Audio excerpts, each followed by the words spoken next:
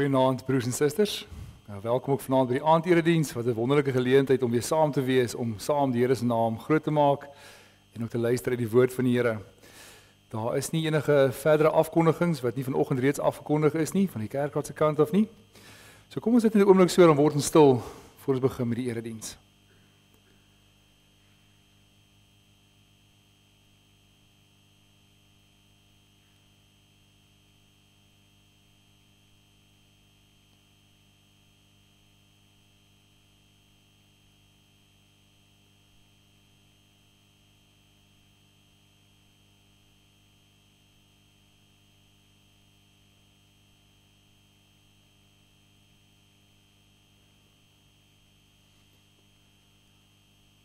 Uit hom en deur hom en tot hom is alle dinge. Aan hom behoort die heerlikheid tot in alle ewigheid. Amen. Genade, barmhartigheid en vrede vir julle van God ons Vader en ons Here Jesus Christus deur die kragvolle werking van die Heilige Gees. Amen. Geliefdes, kom ons staan en sing ons saam Psalm 100. Ons sing daarvan saam verse 1 tot 4. Ons is juig al wat leef, dat ons die Here dien met blydskap en saamkom en die Here se naam groot maak en jubel. En daarna kan ons bly staan ook vir ons gebed.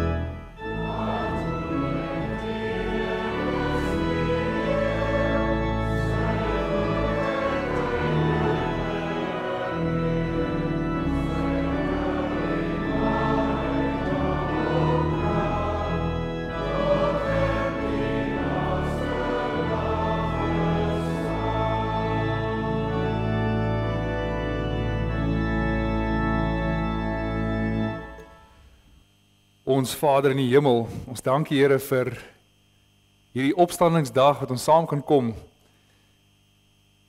om saam as U kinders, as mense wat uit die wêreld uitgeroep is, uitgebring is, weggeruk is uit die duisternis na die lig toe, saam kan kom en saam kan aanbid. Ons dank U Here dat ons saam in U teenwoordigheid kan wees om U lof te besing,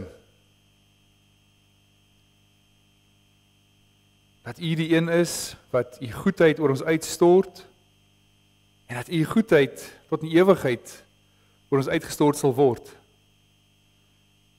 Dat U trou en U waarheid ook hulle krag hou. Here, U maak beloftes teenoor ons, beloftes wat U duisende jare terug aan die kerk gemaak het, wat U ook steeds vandag aan gelowiges maak. En ons bede is dat ons hierdie geloof sal leef, ons bede is dat ons uit die geloof sal vashou aan elke belofte, maar vashou ook aan die waarheid wat U verkondig in die woord, oor wie U is. Daar is niks beter vir ons in die skepping nie, daar is niks anders wat ons kan begeer nie, maar behalwe vir U, om U te ken, om U te dien. En ons bede is, Here, as ons hier is en saam na U woord luister, dat U Gees so kragtig in ons sal werk. Mag ons deur U woord opgroei in die geloof. Mag ons deur die woord opgebou word en getroos word en bemoedig word. Dat ons baie mooi sal besef en sal nadink ook oor hierdie woorde, ook waar ons deur die lewe gaan, waar ons saam met U wandel, oor presies wie U is en hoe U met ons werk. En Here, help ons as ons daaroor nadink, help ons as U Gees ons gedagtes weer teruglei na U woorde toe, dat ons nie anders sal kan as om 'n loflied uit te breek, as om net U naam groot te maak en te jubel en te juig oor wie U is en wat U vir ons doen nie. Ja, waarlik, U is goed, U is groot, en aan U kom toe al die lof tot in alle ewigheid. Amen.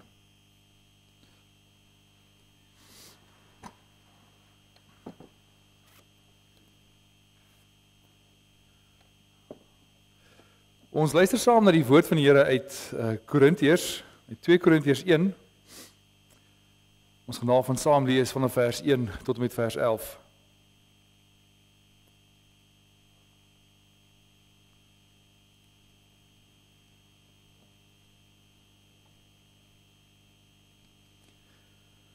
Van Paulus, apostel van Christus Jesus, deur die wil van God en van die broer Timoteus, aan die gemeente van God in Korinthe en aan almal wat aan die Here behoort in die hele Agaia.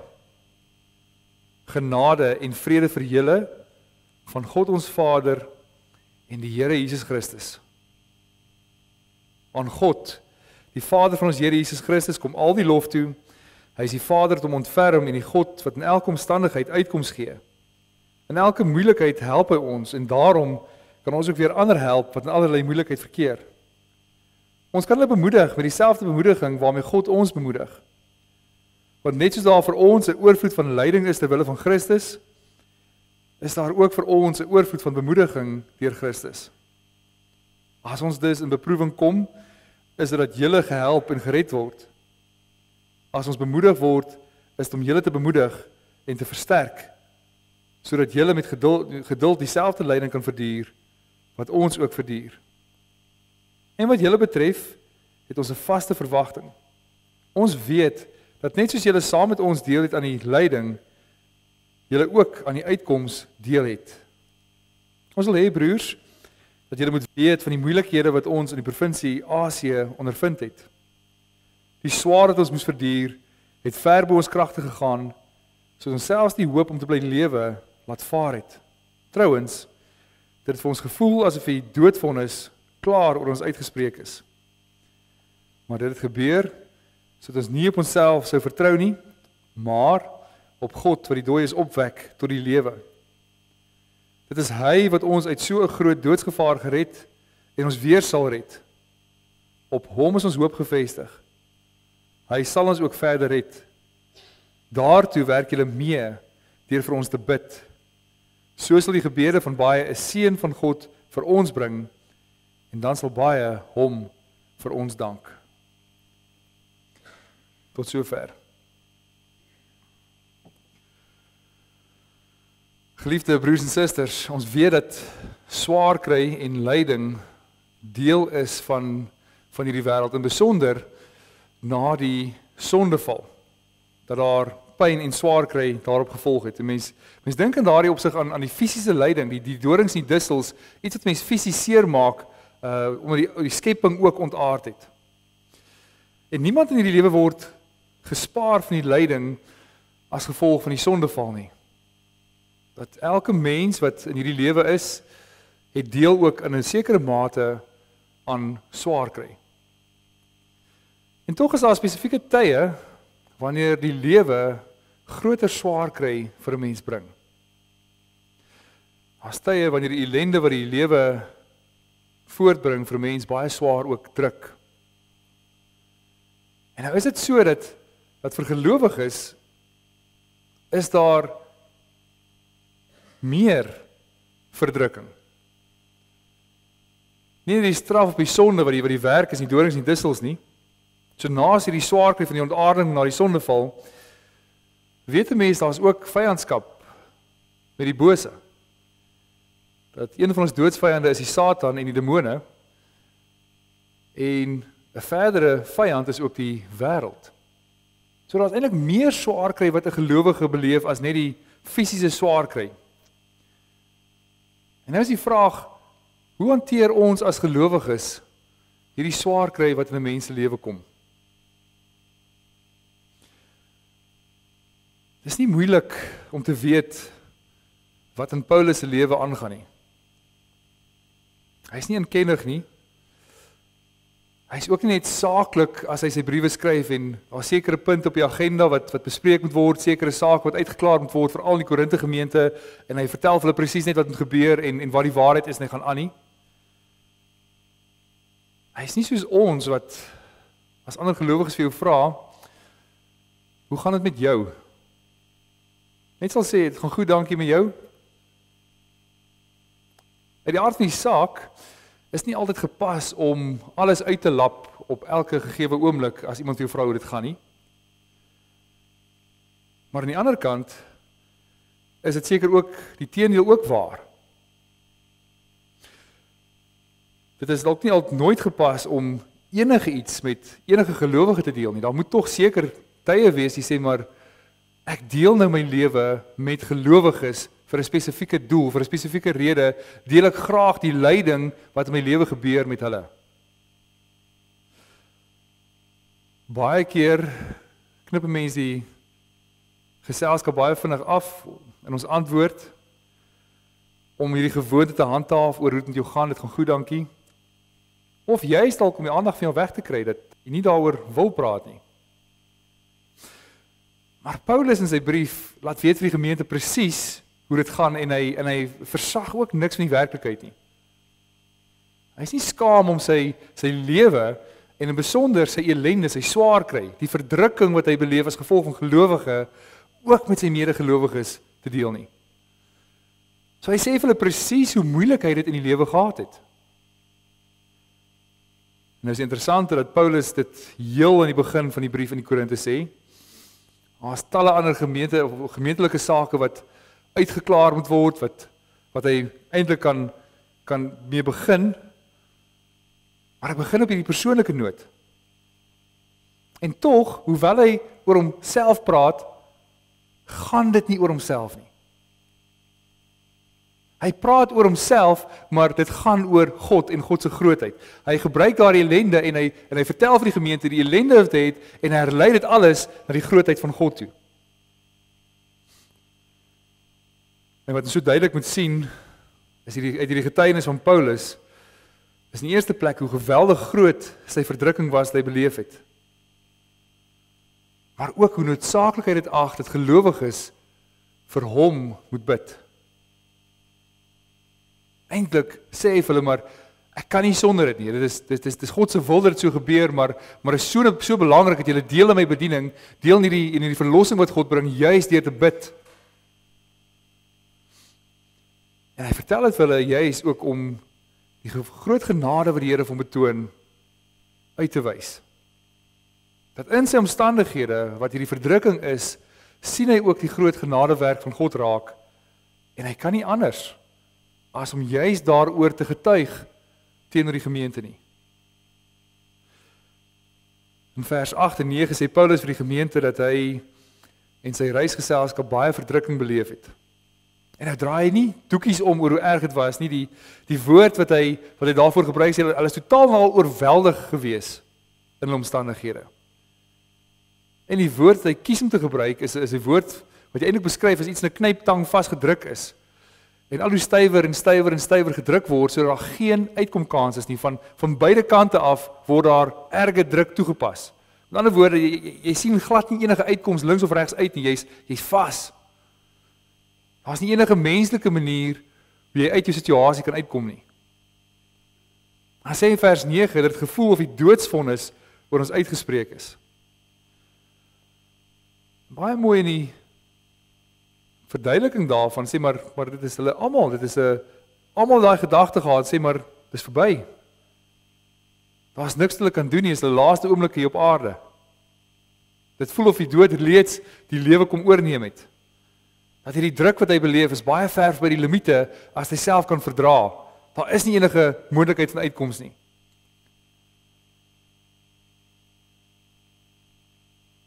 En dalk is dit dieselfde in jou lewe. Dat jy ook in 'n soortgelyke situasie jouself bevind. Natuurlik nie in 'n skip wat ergens skipbreek lê of op die see vaar nie. Maar waar jy beleef dat jy in 'n situasie is wat totaal en al groter as jouself is. Dat jy besef hoe geweldig beperk jy in jou menslike krag en vermoë is. Dat jy is net mens en dat hierdie verdrukking wat die wêreld bring is baie groter as jy kan dra. Dat die omstandighede is oorweldigend. En nou is dit so, van waar die dorings en distels vir alle mense, dit kom deur gesondheid, verhoudings en finansies. Maar selfs ook daar waar daar ander dalk van die wêreld aanvalle kom, of van die bose. Daar is 'n las wat 'n mens dra wat jy niks self aan kan doen nie. En dit is baie opvallend dat Paulus nie net sê dat hy in die verdrukking was nie, maar hy maak dit baie duidelik dat hy nie van 'n mindere apostel of 'n gelowige maak nie. Die feit dat daar so geweldige ellende oor hom gekom het, beteken nie dat sy geloof is nie groot genoeg gewees en jy is daarom met hierdie geweldige ellende oor hom gekom nie. Dit het nie gebeur omdat hy ongelowig was nie, maar hy sê dat dit juis gebeur omdat hy 'n gelowige was, 'n Christen. Omdat hy 'n gesalfde met die Heilige Gees is, dit gebeur juis omdat hy deel het aan Christus. En dan sê hy ook, hy is deur al hierdie dinge sodat God geprys moet word. Hy was deur dit sodat God die kerk daardeur sal leer dat God ons krag is. Juis te midde van ons swakheid. En juist daarom noem Paulus hom hier die vader van ontferming of van barmhartigheid, afhangende van die vertaling. En dink hoe wonderlik is dit wat Paulus, hoe hy God beskryf in hierdie moeilike omstandighede. Hy is die Vader. Hy is nie 'n onpersoonlike put waar daar net water uitkom en enigiemand kan gaan drink daar as hulle wil of nie gaan wil nie. Want die put gee water sonder om te weet wie daarvan drink. Maar 'n Vader gee vir sy kind. 'n Vader ontferm hom persoonlik oor sy kind. En openbaar die Here hier homself ook dat hy goedheid. Hy is die Vader van ontferminge wat hom oor sy kinders ontferm. Het homself doelbewus sag maak en hulle doelbewus in hulle situasie inleef en sensitief is vir hulle omstandighede en vir hulle nood wat hulle nodig het na omstandighede. En dat hy medelee met hulle het. Dat God wat oneindig hoër verhewe is, maak bemoeienis met sy skepsels en besonder sy kinders. Mense wat oneindig minder as hy is, juis om hulle op te hef. Om hulle wat in moeilike omstandighede is, of uit te help, of naby te wees, te bemoedig. Juis daardie mense wat hulle self nie kan help nie. En hoe mooi is dit dat God as Vader nie maar net minder niks kan omgee vir sy kinders nie. Maar as Vader weet hy presies waar sy kinders is en watter omstandighede hulle self bevind. Hy bring hulle daarin en hy lei hulle ook daardeur. So hy weet nie net daarvan hulle nie, maar hy is ook die een wat doen. Hy lei hulle ook deur daardie omstandighede. Hy's met hulle in daai omstandighede. So as al die ontferming wat hy bring as Vader is al die tydelike seën, maar al die geestelike seën wat hy ook gee vir sy kinders. Daar's niks in jou lewe wat jy het sy of dit in teëspoed is of in maklike tye, wat net vanselfsprekend in jou lewe inkom nie. Alles wat jy is en alles wat jy het, is daar juis omdat God jou Vader is, wat hom oor jou ontferm. Al daardie versorging wat die Here gee, al daardie leiding wat die Here gee, al die krag wat die Here gee, al daardie onbepaalbare diepte van die liefde wat hy vir jou gee in Christus, die vergifnis van jou sonde, deur sy bloed, die wedergeboorte deur die Gees, die genadegawes, die volheid van sy woord, alles kom uit die genade van God. Dis alles omdat die Here homself ontferm teenoor jou. Dis in alles God wat die mens bedien, wat homself nie kan help nie. Maar ook in moeilike tye. Jy's ook dan, kan jy verseker weet, maar die Here is nie afwesig in jou lewe nie. Hy is nie ver of onaangeraak nie. Dinge het nie gebeur omdat hy nie teenwoordig is nie. Dinge het nie gebeur omdat hy die skepping opgewen het en daar gelos het en vergeet het daarvan nie. Hy is nie 'n vader wat nie weet waar sy kinders is nie. Maar as Vader ken hy jou en hy bring jou deur daai omstandighede en hy gee jou krag en hy bring vir jou vertroosting in daardie omstandighede. En hoor hoe mooi sê Paulus dat hy is die Vader van ontferming en die God van alle vertroosting. Die Griekse woordjie wat hier gebruik word is die parakletos. Dat hy, met ander woorde, saam trek. Hy is iemand wat saam met jou trek in jou omstandighede. Dat hy daar by jou troos is, hy wat saam met jou is, om saam met jou sterk te wees. So dis hy wat jy in die omstandighede bemoedig.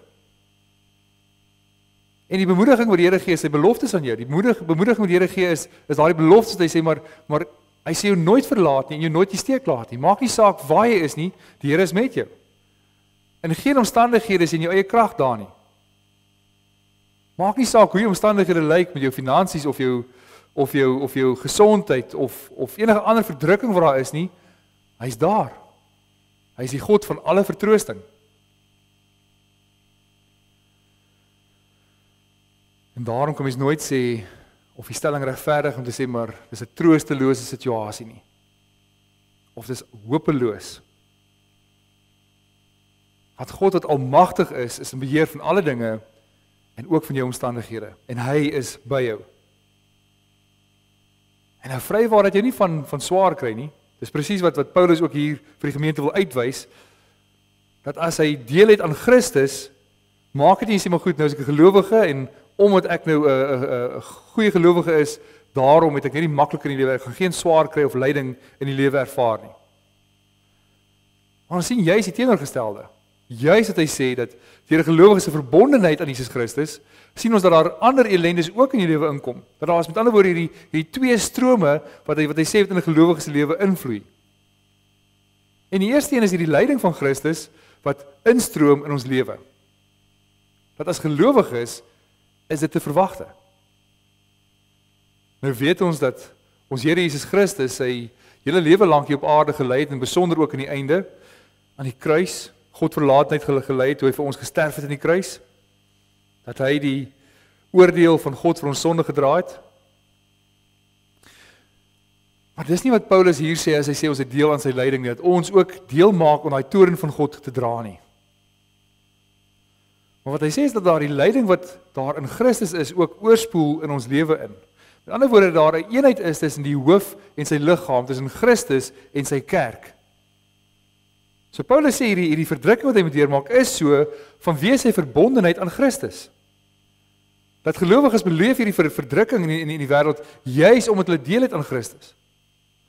So die wêreld en die Satan haat hom en hulle oefen daardie haat uit en hulle voer oorlog teen hom. En daarom het gelowiges ook juis daardie oorspoel daarvan wat hulle beleef. Ons stryd is dus ook met die geestelike. En Paulus kon eerstehands hiervan getuig. Hy het baie swaar gelei as gevolg van die evangelie. Hy het skipbreuk gelei, met die sweep geslaan, in vervolging en lewensgevaar. Alles omdat hy die evangelie verkondig het. So wat met hom gebeur het met hom gebeur as gevolg van sy verbondenheid, sy eenheid met Christus. So wanneer Paulus dan in vers 6 sê dat die gemeente dieselfde lyding as hulle verduur, gaan dit nie oor dieselfde gebeurtenis nie, dat hulle ook skibreek ly en ook geslaan is ensovoorts nie. Maar dit gaan ook oor hulle lyding as gevolg van hulle verbondenheid aan Christus. Dat gelowiges met ander woorde ook hierdie selfde stryd op grond van hulle geloof. So broers en susters, jy as gelowige kan dus juis hierdie teenstand beleef, juis hierdie stryd beleef, hierdie moeilikheid beleef. Dat juis deur die wêreld se haat, deur die Satan se haat teen Christus, kom daar lyding ook vir gelowiges in 'n lewe. 'n Slaaf is nie groter as sy meester nie. Mens kan weet as jy jou kruis optel en dra, gaan dit swaar wees, dan gaan teenstand wees. Maar dan ook net so die troos. Dat die tweede stroom wat ook deur Christus kom na ons toe, is hierdie oorvloedige troos in alle omstandighede. En dis Paulus se getuienis, dat in alles wat hy gelei het, het God hom getroos. Hy het in daardie lyding vasgehou in daardie woorde van God, daardie sekerheid van God, dat hy nooit verlate is nie. Dat God sy kinders nooit net in hulle eie genade en eie krag oorlaat en hom kyk of hulle daardeur sal kom, nie daardeur sal kom nie. Dat in al daardie moeilike omstandighede, maak nie saak hoe moeilik dit is nie, het hy daardie sekerheid dan vasgehou dat God is met hom. Daar's dus nie 'n stukkie lyding wat jy as gelowige in die lewe kan deurmaak, wat God jou ongetroos laat in dit nie. Dat die stroom van lyding wat kom deur Christus is groot, maar die stroom van genade wat kom is nog groter. En hy sê Paulus verder dat as hy verdruk is en sy reisgenootskap, is dit vir die gemeente tot troos en tot redding. Dat God het juis ook 'n groter doel met Paulus en sy reisgeselskap se lyding. Dit is nie doelloos nie. Hy sê uitdruklik vir die gemeente wat hy gelei het en wat hy in die geloof weet te midde van sy lyding. Dat God hulle getroos het. God het hulle bemoedig ook in daardie moeilike omstandighede. En juist daaruit kan hulle ook ander troos met daardie selfde troos as hulle ook in moeilike omstandighede is.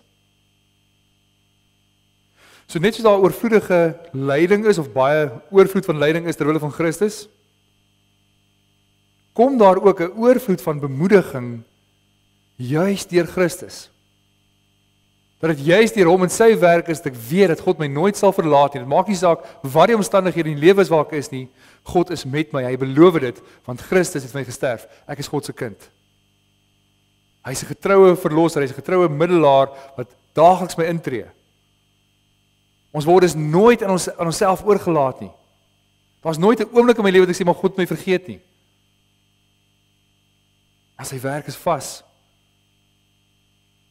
En God is altyd met ons. En dan ook verder in vers 9 en vers 10, noem hy verdere twee doelstellings daarmee, om Paulus op die punt te bring waar hy ondraaglik verdruk is.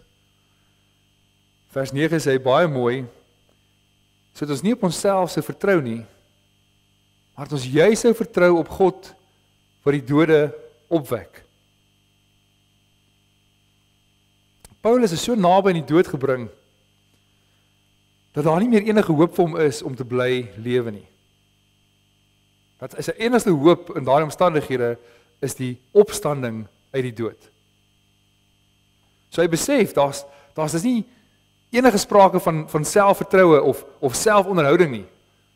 Daar's 'n absolute besef van hoe afhanklik jy vir jou lewe is, hierdie lewe en die ewige lewe van God.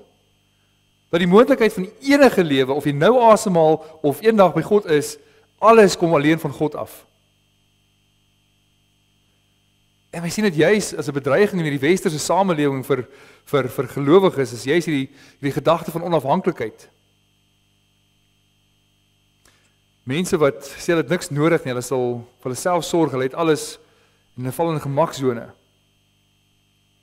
En dan kom die Here en hy wys ons die teendeel daarvan, die beeld van 'n gelowige is iemand wat juis elke dag, elke oomblik besef hoe afhanklik hulle van die Here is. Hierdie nederigheid voor hom het. Die grootste probleem van die mens is dat ons juist dink dat ons kan voortgaan op ons eie krag, ons eie beplanning, ons eie gesondheid. Maar juist deur hierdie verdrukking van Paulus bewys die Here vir ons besef hoe groot ons vertroue op die Here moet wees.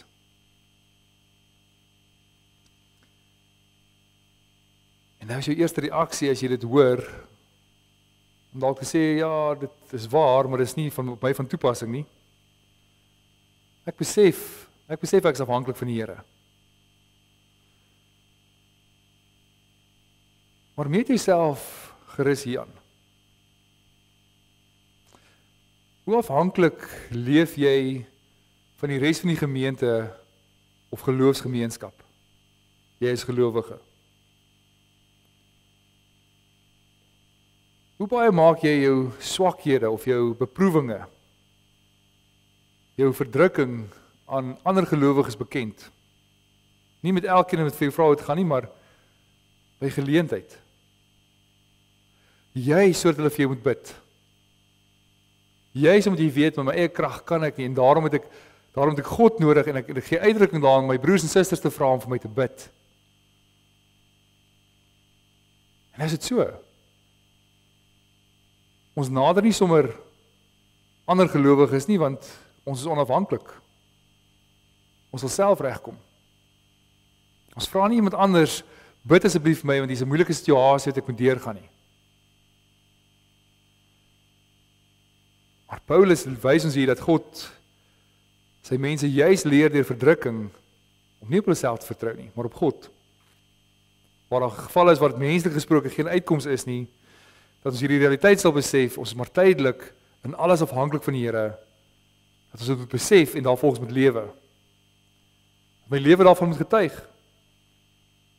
Dat ek weet dat by God is die onmoontlike heeltemal alledaags.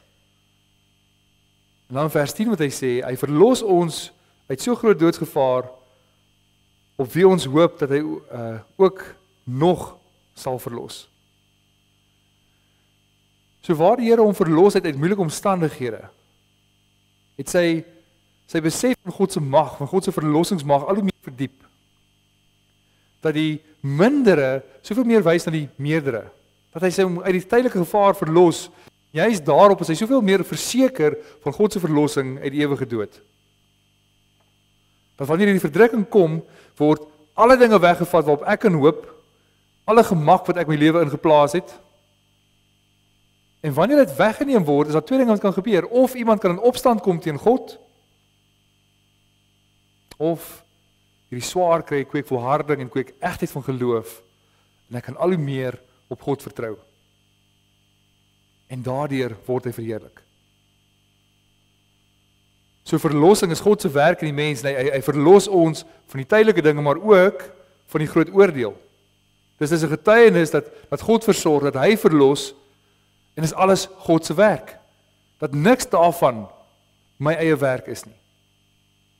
Dat daar dinge is wat jy absoluut niks aan kan doen, dit is absoluut uit die hand van God uit.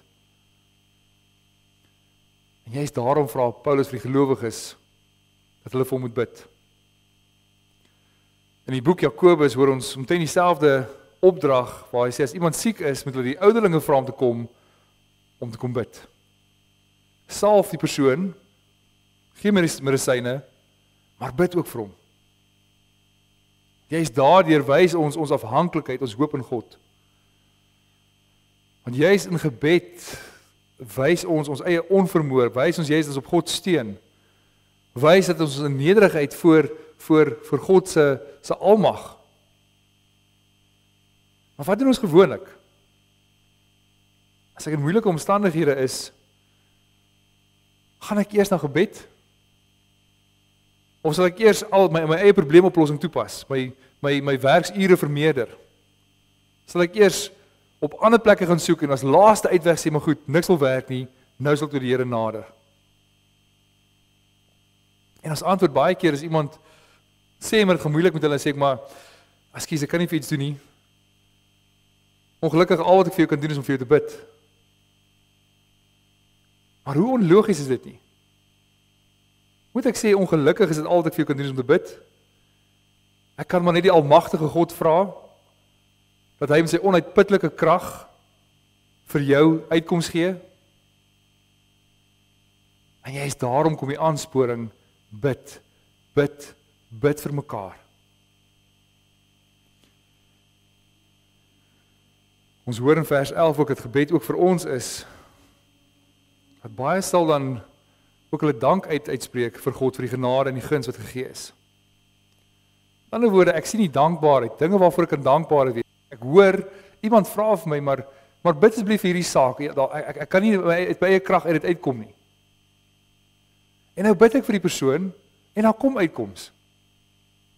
En dan is daar dankbaarheid, dan is daar nie net voorbidding in my gebede nie, maar ook danksegging in my gebede. Dat die danksegging ook tot God moet gaan, vir sy werk, vir sy heerlikheid, wat hy gedoen het. En dis wat Paulus ook hier sê vir die mense, dat vir die gelowiges, dat hulle met God moet dank vir sy seën. So Paulus wil hê die gemeente moet vir hom bid, dat God ook daardeur gedank word. Ons sien dus hoe die hele gemeente geleer word, hoe God werk, hoe hy betrokke is, en waarvoor God gedank moet word. En dit bring my ons die vraag oor hoe arm is ons gebedslewe? Hoe baie dank ek die Here vir uitkoms wat hy in ander medegelowiges se lewe gebring het, omdat ek vir hulle gebid het.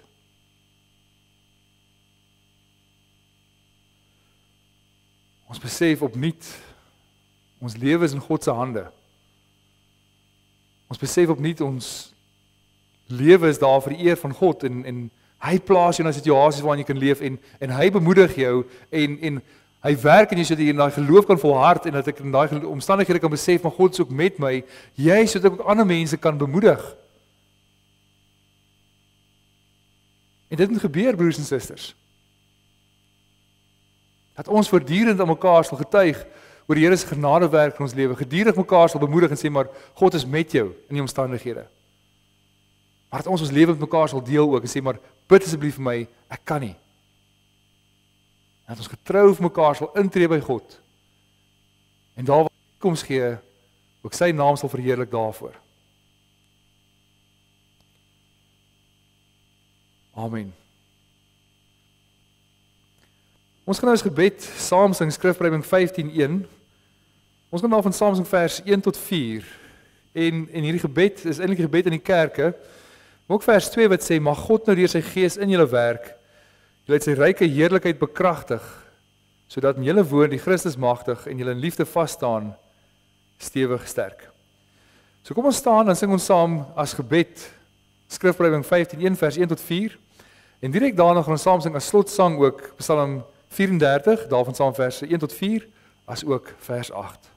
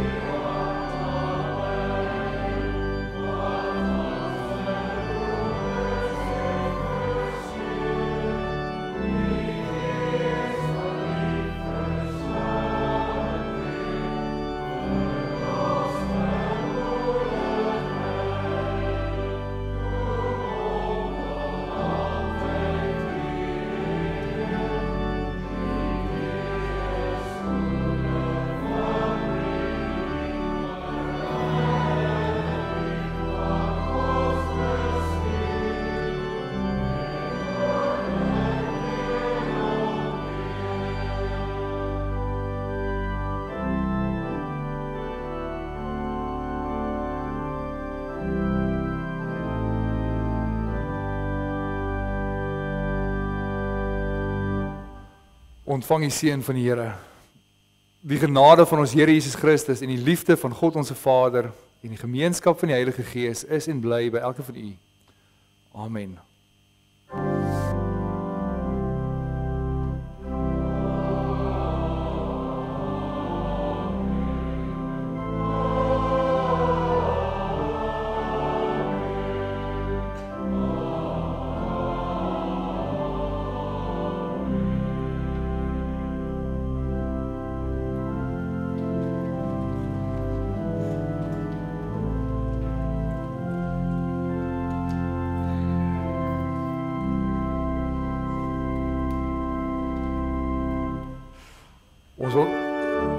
Ons wil gou die laaste verwelkoming doen wat nog nie vandag kon plaasvind nie. En ek het onthou en hier het ook baie mooi kom onthou hier voor.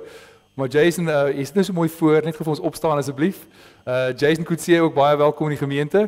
Hy en Anja is getroud en ja, so ek hulle is klaar ingeskakel by geloofsfamilie en ek is seker sy sal net welkom ook voel in die gemeente, maar baie welkom en kuier gerus daai tyd saam met iemand hier en voel meer welkom. Dankie.